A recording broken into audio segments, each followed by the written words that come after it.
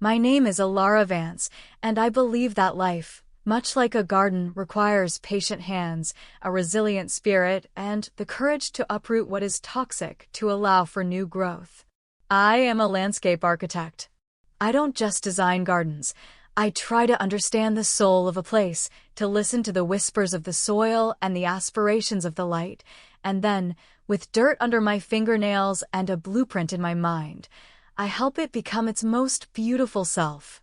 This love for nurturing life, for creating harmony from chaos, is the very core of who I am. It's what led me from the windswept, salt-scoured coast of my childhood to the historic, elegant city of Port Blossom, and it is what, 6 years ago, led me to Liam Sterling. Liam is an architect of a different sort.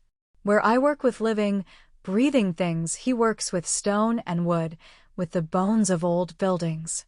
He's a historical restorationist, a man who sees the beauty in what has endured. We met at a city planning gala, two people more interested in the 100-year-old cornices on the ceiling than the vapid chatter filling the room. He spoke of structural integrity and heritage. I spoke of native perennials and sustainable ecosystems. We found our common ground in a shared reverence for things that are built to last, be it a cathedral or a relationship. Our life together felt like one of my designs, balanced, filled with light, and rooted in deep, unspoken understanding. We lived in a sun-drenched loft in the city's arts district, its large windows overlooking the bustling harbor. Our weekends were spent exploring ancient forests or sketching in quiet corners of museums. Liam, with his quiet strength and his eyes that held the thoughtful calm of a deep forest, was my sanctuary. He was the sturdy oak around which my ivy could twine and grow. If our life was a garden, however, there was one patch of barren, poisoned ground: his family. The Sterlings were Port Blossom royalty, their name etched onto the cornerstones of banks, libraries, and the city's oldest yacht club. They were a dynasty built on shipping fortunes and maintained through generations of strategic alliances and unwavering adherence to tradition. To them, I was not a partner for their son. I was an invasive species, a wildflower from an unknown field threatening the purity of their manicured estate. The matriarch, Beatrice Sterling, made her disapproval known not through outright confrontation, but through 1,000 tiny cuts, a constant, chilling draft of disdain.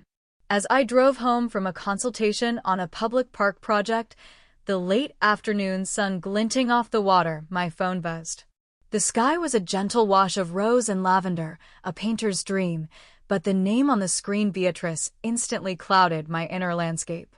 I took a steadying breath, the scent of sea salt and diesel from the nearby docks filling my car, and answered. Alara, dear, her voice was smooth as polished marble and just as cold. I'm calling about Clara's wedding. The rehearsal dinner is tomorrow evening. I do hope you'll understand, but we've decided to keep it a strictly family-only affair. The unspoken words hung in the air between us, and you are not family. This had been the pattern for weeks, ever since Liam's sister, Clara, had announced her engagement. Every planning session, every dress fitting, every celebratory brunch had been carefully scheduled for times I was working, or I was simply not informed. I was being systematically, quietly, and expertly erased. Of course, Beatrice, I said, my voice calmer than I felt. I understand. I'm sure you all have a lot to discuss. Precisely, she said, the single word a crisp dismissal. Clara is just so overwhelmed, and she needs her true family around her. I'll explain things to Liam myself. You're so busy with your projects after all. The slight pause before projects was her signature, a delicate flick of the wrist that turned my career into a quaint little hobby. I ended the call and sat for a long moment, my hands gripping the steering wheel. My knuckles were white. For years, I had weathered her condescension, her subtle insults, Clara's mirroring contempt. I had done it for Liam. He saw the best in everyone, including his mother and sister.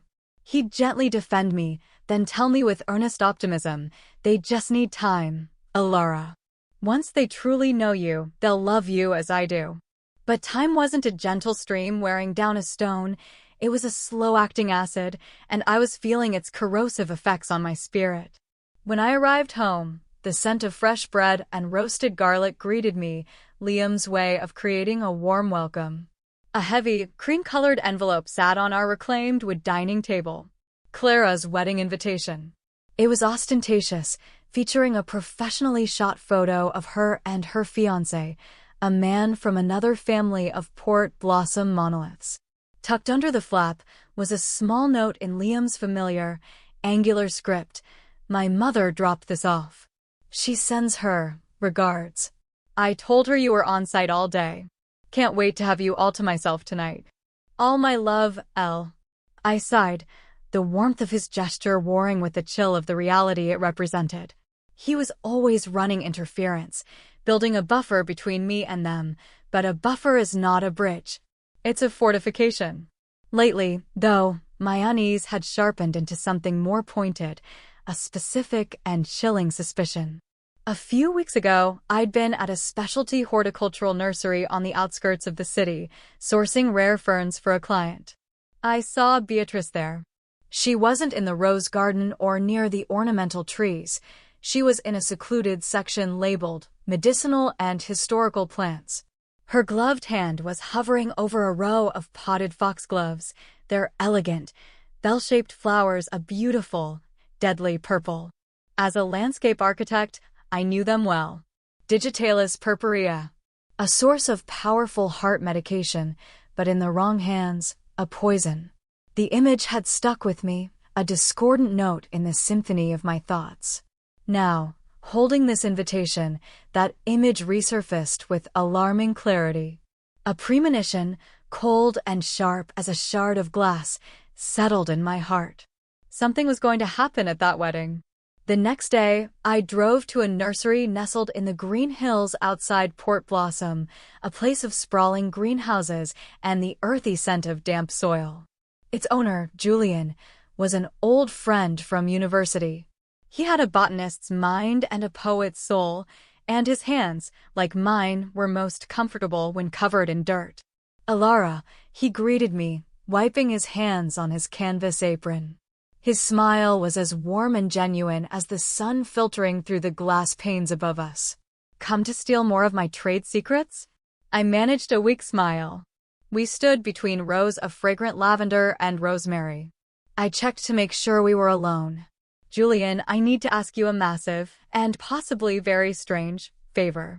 He leaned against a potting bench, his expression shifting from cheerful to concerned. Anything. You know that. What's wrong? You mentioned your cousin's catering company is working a big society wedding this Saturday at the Sterling Grand Hotel? He nodded slowly. Yeah, the Sterling wedding. My cousin roped me into helping bartend. Said he needed someone he could trust not to sample the vintage champagne. Why? I took a deep breath, the herbal sense of the greenhouse feeling suddenly sharp and medicinal. I have a bad feeling, Julian. A really bad feeling. I need you to do something for me. At the reception, during the toast, I need you to make sure the glass of champagne that comes to me is clean. I looked him in the eye. If you can, I need you to switch my glass with a fresh one without anyone seeing. Julian's eyebrows shot up. He stared at me, searching my face. He was smart enough not to ask for details I wasn't ready to give. He saw the genuine fear in my eyes. You think someone would? He didn't finish the sentence. He didn't have to. I don't know what I think, I said, my voice barely a whisper. It's a horrible thought. Maybe it's just my imagination running wild. But my gut, my intuition is screaming at me to be careful. He reached out and squeezed my arm, his touch firm and reassuring. Don't worry about it. Consider it done. Liam is a good man, Alara. And you deserve to be safe and happy. I'll be your shadow. Thank you, Julian, I said, a wave of gratitude washing over me. I owe you. Nonsense, he said, turning back to his plants. We gardeners have to stick together. On the day of the wedding, a nervous energy thrummed just beneath my skin. I stood before the full-length mirror in our bedroom, smoothing down the deep emerald silk of my dress, a color I'd chosen to give myself courage, the color of forests, of resilience, of life. Liam came up behind me, wrapping his arms around my waist and resting his chin on my shoulder. "You look breathtaking," he murmured, his breath warm against my neck. He kissed my temple. "Let's just get through this, have a good time for Clara's sake, and come home. The family drama can wait for another day." I leaned back against him, closing my eyes for a second, drawing on his strength. "Of course," I said, my voice brighter than I felt. "It's her special day." The Sterling Grand Hotel was the crown jewel of Port Blossom's coastline, a magnificent old building of white stone and colonnades, perched on a cliff overlooking the endless, shimmering expanse of the ocean. The air was thick with the scent of salt and money. As Liam's car pulled up to the grand entrance, I took one last, deep breath, preparing myself as if for battle. "Ready?" Liam asked, his hand finding mine. I squeezed it. As I'll ever be. The ballroom was a sea of glittering jewels, rustling silks, and the low hum of polite, privileged conversation. Eyes followed us as we entered, a wave of whispers rippling through the crowd in our wake.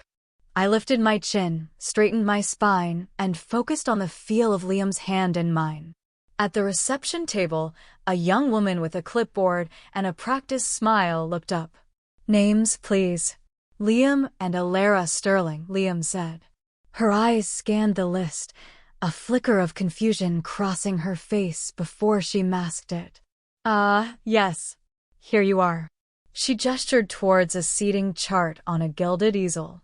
"Your table is just over there." My heart sank as I followed her finger. We were at a table in the farthest, darkest corner of the vast room, tucked away behind a large floral arrangement, almost in the service corridor. It was the social equivalent of a leper colony. "There must be a mistake," I said quietly to Liam, the heat of humiliation rising in my cheeks. The hostess overheard me and gave a small, apologetic grimace. "I'm so sorry, sir." The instructions came directly from Mrs. Sterling. She was very specific about the arrangement. A flash of anger tightened Liam's jaw, but he smothered it with a sigh. "It's fine," he said to me, his voice low. "It's Clara's day. Let's not make a scene. Can you handle it?" I looked into his troubled eyes that begged me for peace, and I gave him a small, sad smile. "For you, I can handle anything." As we made our way toward our designated exile, Beatrice intercepted us. She was wearing a gown of icy blue satin that perfectly matched the frost in her eyes. Her gaze swept over me, a slow, deliberate appraisal. "Alara, I see you made a valiant effort. That color is bold." The subtext was clear, common, loud, inappropriate. "I trust you did your best for the occasion." Liam opened his mouth to protest, but I gave his arm a gentle, warning squeeze. "Thank you, Beatrice. It's a beautiful wedding." "You've done a magnificent job," I replied, my tone even and serene. She gave a short, sharp laugh that didn't reach her eyes. "Only the best for a Sterling. Now, Liam, darling, the main table is for Clara's dearest friends and our closest relations. I'm sure you'll understand that your seats are elsewhere. Do try to enjoy yourselves." "Mother, I'm her brother," Liam said, his voice tight with frustration. "Family sits at the head table. These are extraordinary circumstances, Liam. Please respect your sister's wishes today," Beatrice said firmly, before turning on her heel to greet a senator who had just arrived. We navigated the maze of tables to our remote corner. A few other guests were already there, a distant cousin twice removed and a couple who looked like business acquaintances of the bride's father. As I pulled out my chair, Beatrice materialized beside us once more, her voice pitched just loud enough for our tablemates to hear. "You should be grateful we found a place for you at all, Alara." This table was meant to be for staff overflow, but I insisted. A few stifled snickers came from the other side of the table. I felt the sting as if it were a physical blow, my face flushing hot. But I refused to give her the satisfaction of seeing me crumble. I simply sat, arranged the silk of my dress, and gave her a cool, placid look. Liam's face was a thundercloud of rage, but just as he was about to speak, the orchestra swelled, signaling the start of the ceremony. The wedding was as grand and impersonal as the hotel itself. Clara, in a gown dripping with lace and pearls, looked less like a happy bride and more like a queen ascending a throne. Throughout the ceremony, I could feel their eyes on me, Beatrice and Clara, casting triumphant, knowing glances in my direction. They were not just celebrating a marriage, they were celebrating a victory over me. After the vows, as the couple made their grand exit, the reception officially began. Waitstaff began to circulate with trays of champagne for the toast.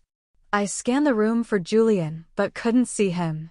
My heart began to beat a little faster. A young waiter, someone I didn't recognize, approached our table, placing glistening flutes in front of each guest. The moment he set a glass before me, my senses, already on high alert, registered something wrong. It wasn't a scent. Foxglove is odorless. It was something visual, almost imperceptible. A faint, oily sheen on the surface of the bubbles, a slight viscosity that made the champagne look heavier, syrupy. My training in botany and chemistry, the very knowledge Beatrice so disdained, was setting off alarm bells in my head. I left the glass untouched on the white linen. Liam, trying to lighten the mood, noticed my hesitation. "What is it, Alara?" It doesn't look right," I started to say. He sighed, a sound of pure exhaustion. "My love, you're letting them get to you. You're seeing shadows everywhere because of my mother." His voice was gentle, chiding. "Look, it's perfectly fine." And before I could stop him, he picked up my glass, raised it in a mock toast to me, and took a small, deliberate sip. Across the room, I saw Beatrice's face drain of all color. She shot up from her seat at the head table, a strangled gasp escaping her lips. "Liam, no. Don't drink that," she cried out, her voice sharp with genuine panic. The entire ballroom fell silent. Every head turned towards the Sterling family's drama. Liam, holding the flute, looked at his mother in complete bewilderment. "Mother? What on earth is wrong?" Beatrice stammered, her composure utterly shattered, her eyes wide with a terror that was not feigned. Liam glanced down at the glass, then back at his hysterical mother. He shrugged, a small, confused smile on his face. "Tastes fine to me. A bit sweet, maybe?" Beatrice froze, her mouth agape. Beside her, Clara's perfectly made-up face was a mask of shock and disbelief. "But why isn't?" Beatrice whispered to herself, her eyes darting from her son to me, a maelstrom of confusion and fear swirling within them. I watched them, my expression a carefully constructed mask of calm. With my hand hidden by the tablecloth, I opened my small evening bag, took out a tiny, empty vial I'd brought for collecting flower essences, and, in a single fluid motion, tipped a small amount of the wine from the glass into it. The moment of crisis passed as Liam remained standing, smiling, unharmed. The buzz of conversation slowly returned, but the damage was done. The truth, or at least its shadow, had been revealed. As the reception continued, a strange, surreal calm descended upon me.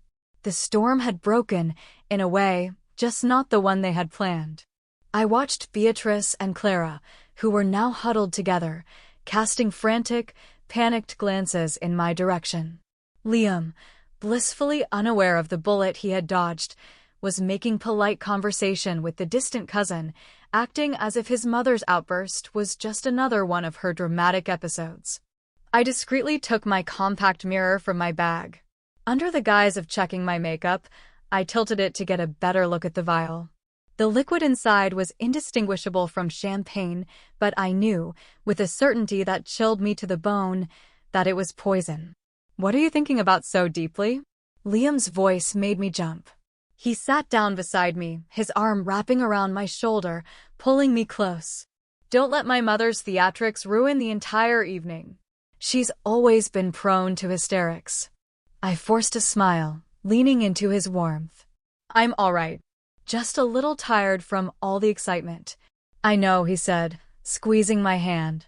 We'll slip out as soon as the cake is cut. I promise.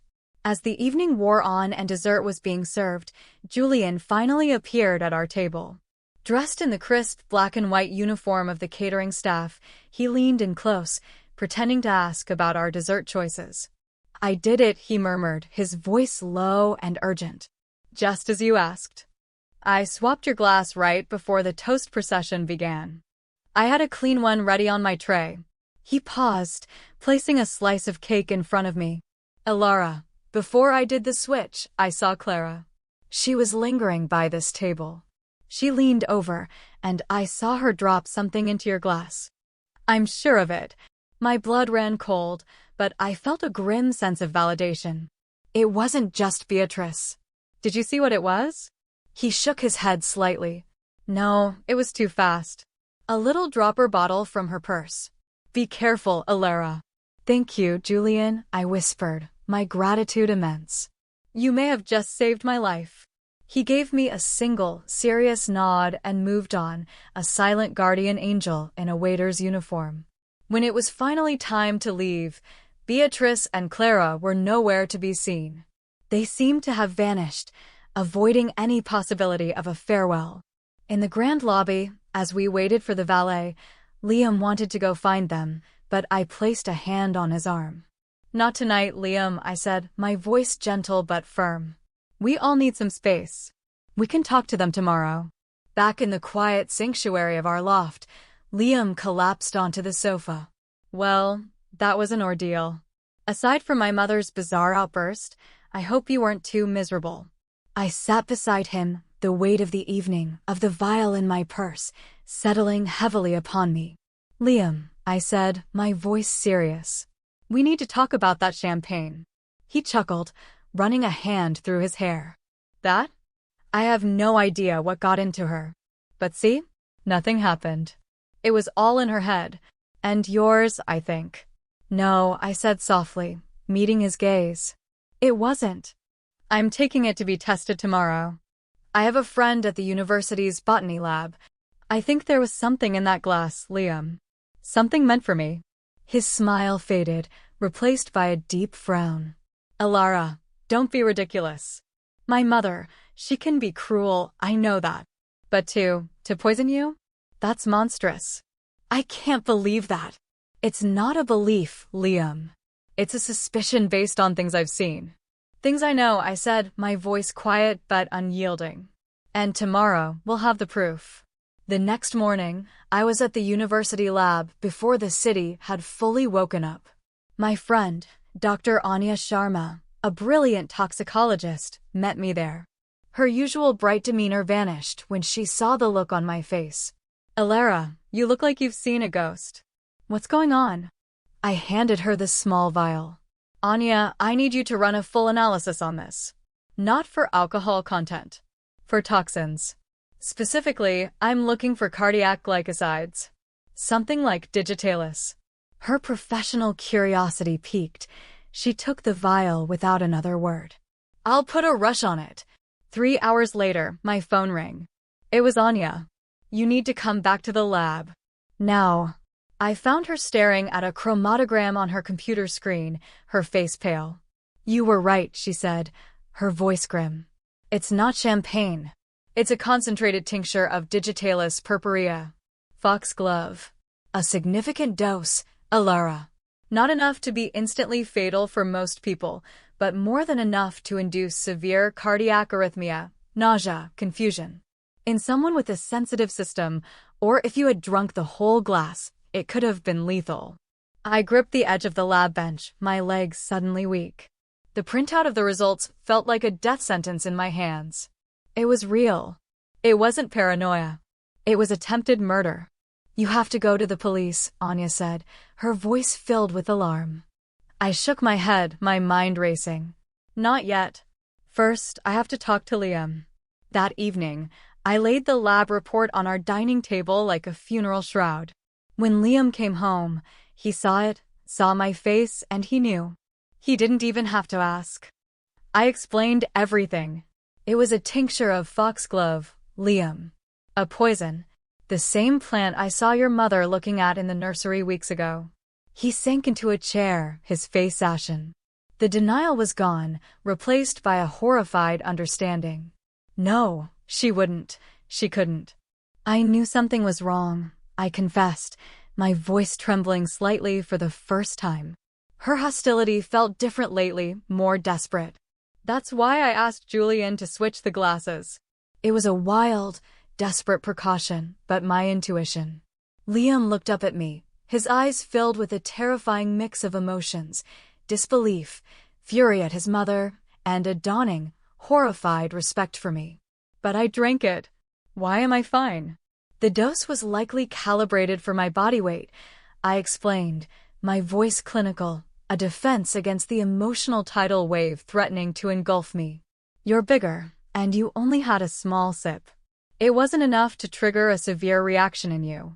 But if I had drunk that whole glass as they clearly intended, the implications hung in the air, sickening and final. Anger, pure and white-hot, finally erupted on Liam's face.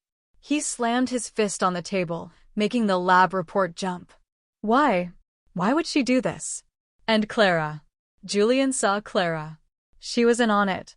From their reactions, there's no doubt, I said, my voice heavy. They wanted a scene.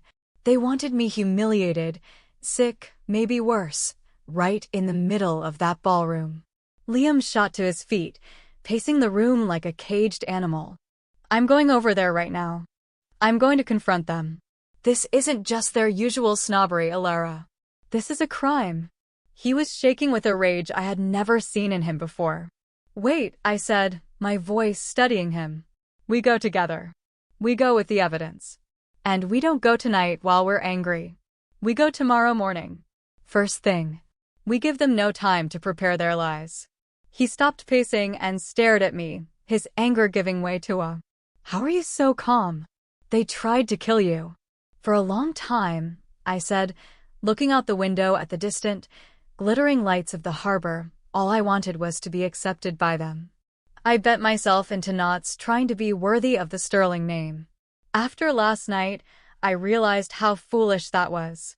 My worth isn't determined by their acceptance. It's my own. The only thing that matters now is you, me, and the life we build from this moment forward. A life based on truth and respect. Liam crossed the room in 2 strides and pulled me into his arms, holding me so tightly I could barely breathe. I am so sorry, Alara. For everything. For not seeing it. For not protecting you better. I will never, ever let them hurt you again. Don't let the anger consume you, Liam, I whispered, touching his cheek. We'll face this with dignity. With strength. Not with their brand of poison. That night, sleep eluded us both. Liam lay awake, tormented by the betrayal of the 2 women he had loved his entire life. I lay beside him, my mind clear and resolved. The years of quiet suffering, of being diminished and dismissed, were over. The time had come to prune the dead and toxic branches from our life, to let the light in. In the darkness, I took his hand. Tomorrow, I whispered into the quiet room, we start our new garden. The next morning, we stood before the imposing oak doors of the Sterling mansion. The house was a fortress of old stone and inherited pride, a place where I had always felt like an intruder. Today, I felt no fear. Liam's hand was a warm, solid presence in mine. In my other hand, I carried a leather portfolio containing the lab report. When Liam rang the bell, their longtime butler, a man named Arthur, opened the door. His professionally stoic expression faltered for a second when he saw us. Mr. Liam, Mrs. Sterling, we're here to see my mother, Arthur, Liam said, his voice hard as flint. I believe she'll be in the morning room. Sir, she is not to be. It wasn't a request, Arthur. The butler, recognizing the uncharacteristic steel in Liam's tone, simply nodded and led us into a room suffocated by heavy damask curtains and ancestral portraits. The air was stale with the scent of beeswax and secrets. Beatrice appeared a few moments later, wrapped in a quilted silk dressing gown, a cup of tea in her hand. She started slightly upon seeing us, but her mask of haughty composure snapped quickly into place. Liam. Alara. To what do I owe this unexpected visit? I trust you enjoyed the wedding. Liam didn't waste time with pleasantries. He stepped forward, his eyes boring into hers. What did you put in Alara's champagne? Beatrice's hand trembled, rattling the porcelain cup in its saucer. She paled, but she held his gaze. I have no idea what you're talking about. What a preposterous accusation. The act is over, Mother, Liam said, his voice dangerously low. We know everything. I stepped forward and calmly opened the portfolio on a polished mahogany table. I laid out the lab report, its clinical data a stark contrast to the room's antique clutter. This is a toxicology report. The champagne in my glass was laced with a concentrated tincture of Digitalis purpurea, foxglove, a poison. Beatrice stared at the paper, all the color draining from her face. She sank onto a nearby chaise lounge, speechless. Just then, the door swung open and Clara entered, already dressed in an expensive-looking equestrian outfit. She took in the scene, me, Liam, our grim faces, her mother's collapse, and her bravado crumbled. What's going on? She asked, her voice thin and nervous. You know perfectly well what's going on, Clara, Liam said, turning his cold fury on her. We're talking about your wedding. We're talking about you and Mother trying to poison my wife. Clara went white as a sheet and looked to her mother for a rescue that wouldn't come. It was Beatrice who finally broke the silence, her voice rising, cracking with a lifetime of venomous pride. She ruined everything, she shrieked, pointing a trembling finger at me. From the moment she came into our lives. You were meant for better things, Liam. You were meant to marry someone of your own class. Someone like Genevieve DuPont. Not the daughter of a fisherman and a schoolteacher. Mother, stop it. Liam roared, his voice echoing in the silent room. Alara's background doesn't matter. She is a brilliant, kind, and loving woman, and she is the wife I chose. You don't understand legacy. Beatrice sobbed. Our bloodline. Tainted forever. I couldn't let that happen. We had a plan. Clara, seeing the game was up, finally spoke, her voice a choked whisper. It was my idea, too. We wanted to scare her. To make her sick, to humiliate her so badly she would leave on her own. We never thought you would drink it, Liam. We thought if she were gone, you could be with Genevieve. You could be happy. Liam stared at his sister, his expression one of profound, soul-deep disillusionment. Happy? You think this monstrosity, would make me happy? You tried to destroy the one person who brings me true happiness. He shook his head, a bitter, broken laugh escaping his lips. You are not the family I thought you were. I looked at Clara, my voice quiet but clear in the charged atmosphere. Are you wondering why nothing happened to Liam? She nodded, her eyes wide and confused. The dose, I said, was for me. He's much larger, and he only had a single sip. But more importantly, I am a landscape architect. The very profession you've always looked down on, the one you dismissed as gardening, gave me the knowledge to recognize the danger. My intimacy with plants saved my life. I knew something was wrong, so I had a friend who was working the event switch my glass. The finality of my words, the sheer, poetic justice of them, seemed to suck the last bit of air from the room. Beatrice and Clara stared at me, utterly defeated. Liam turned to them, his face a mask of cold resolve. This is the last time you will see either of us. I am done. You are no longer my mother or my sister. You are strangers to me. Beatrice began to weep, pleading. Liam, please. You're my son. You can't abandon your family. Family? Liam's voice was hollow. Family doesn't try to kill one of its own. Alara is my family. She is my only family now. He took my hand, and we turned to leave. As we reached the door, Clara's voice, small and broken, called out. Alara, why? Why aren't you calling the police? I paused and looked back at the two women, crumpled and ruined in their opulent prison. "Because I love your brother," I said simply. "And I will not be the one to bring public disgrace to the name he carries. But mostly, because this cycle of bitterness and hatred ends here. It ends with me." We walked out of that house and into the bright morning sun. I took a deep, cleansing breath of the fresh sea air, feeling as though I had surfaced after years of being underwater. "Are you sure about this, Alara?" Liam asked, his voice full of concern. "No police." "I'm sure," I said, turning to him with a smile that, for the first time in a long time, felt completely real. "This isn't about revenge. It's about freedom. Our freedom. Today is the first day of our real life together." A year later, the morning sun streamed into a different kitchen. Our kitchen. It was in a century-old stone cottage we had bought and restored, nestled in a quiet valley miles from Port Blossom, surrounded by acres of wild meadow and old-growth trees. The air smelled of coffee and damp earth. I stood at the window, watching a pair of bluebirds flit between the branches of a newly planted dogwood tree. My garden was taking root. Liam came up behind me, wrapping me in his familiar, comforting embrace. "Good morning, my love." "Good morning," I murmured, leaning back against his chest. Our life was quiet now and profoundly happy. After cutting all ties with his family, Liam had left his father's prestigious firm and started his own, smaller practice, focusing on sustainable and community-oriented projects.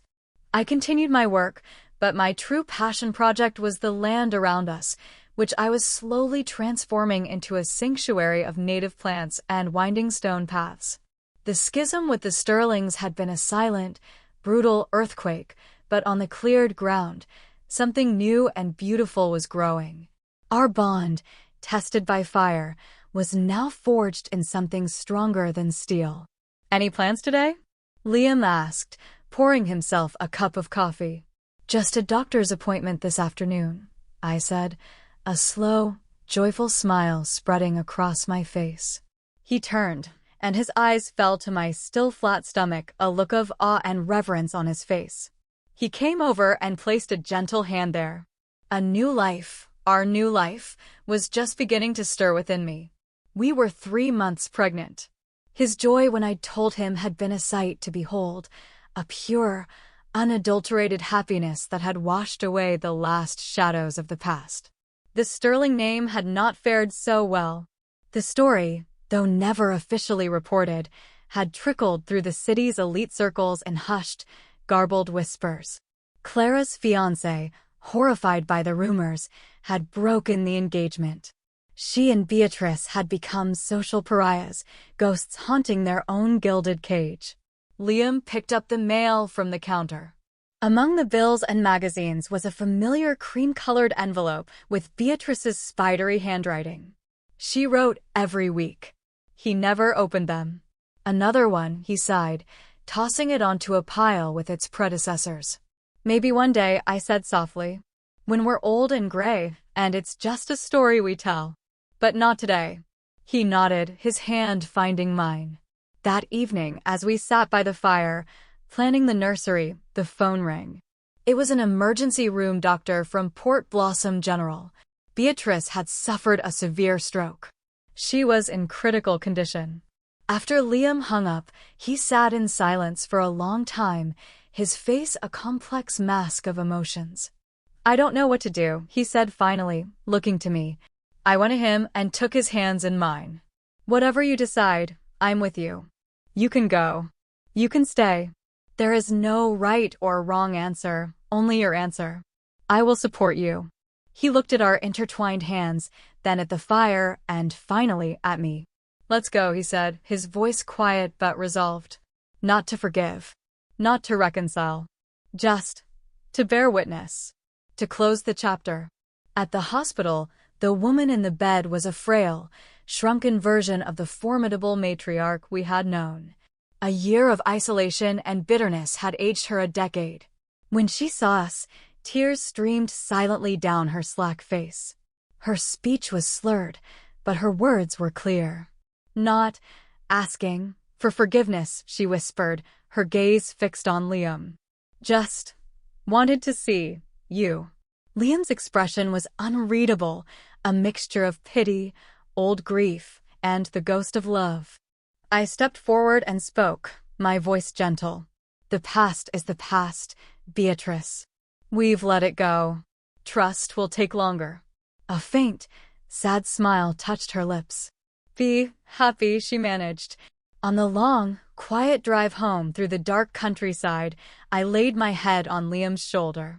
We'll teach our child about love, I said.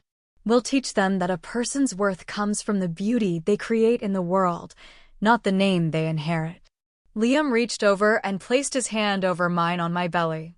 Your goodness, Alara, he said, his voice thick with emotion. It saves me. It saves us all. 2 weeks later, we learned we were having a daughter.